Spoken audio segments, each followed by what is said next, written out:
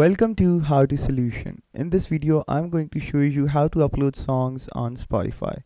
So all you need to do is first of all, open up the Spotify application on your computer devices.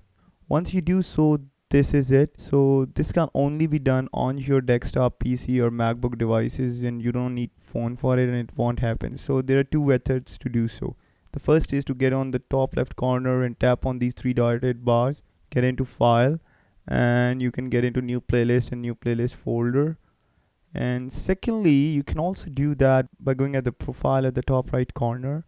Once you get there, you need to tap on that arrowhead button, and once you do so, you need to get into that settings. So once you get into settings page, this is that was this that this is you need to look for the local files option, and when you find local files option and it is turned on, or just turn it on if it's not, so you'd see that show songs from, that would have downloads and music library. So you need to add a source, and that added source can be download. And okay, so now you can upload songs from here, and the songs can be uploaded. So this is how you upload songs on Spotify. And if still you guys have some questions or query to ask, just do it, ask down below in the comments. I would love to answer that.